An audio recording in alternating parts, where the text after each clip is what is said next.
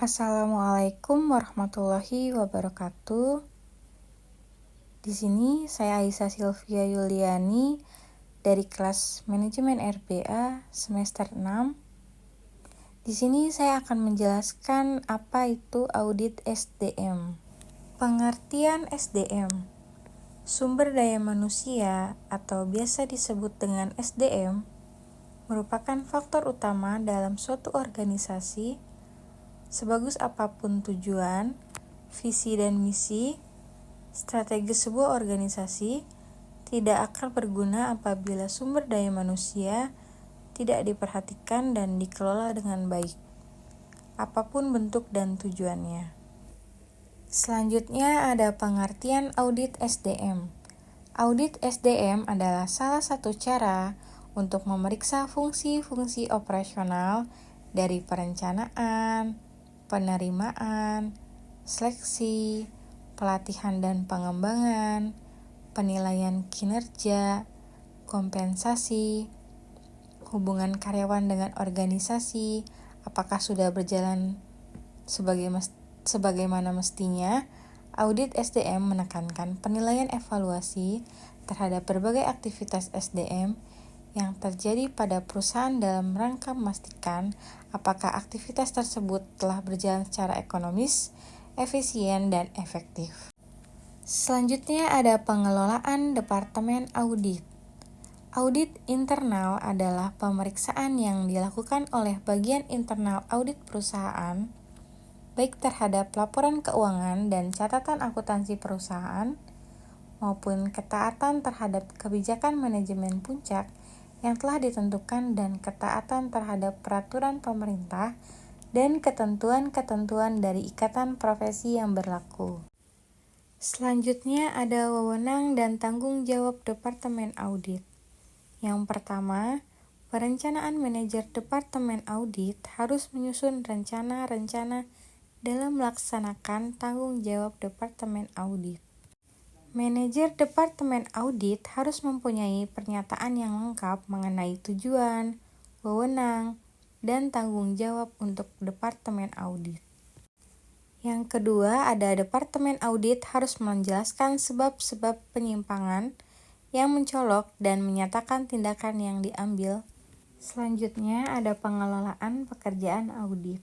Yang pertama, pekerjaan audit harus dapat memenuhi tujuan untuk perusahaan dan tanggung jawabnya disahkan oleh manajemen puncak.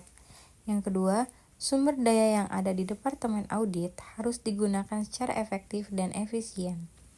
Yang ketiga, pekerjaan audit dilakukan menurut norma puncak. Selanjutnya ada tujuan audit SDM.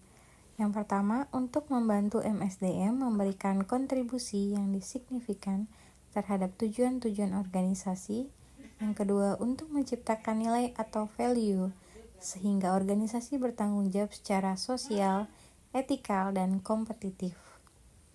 Yang ketiga, untuk mendapatkan umpan balik atau feedback dari para karyawan dan manajer operasi dalam hal yang berkaitan dengan efektivitas MSDM.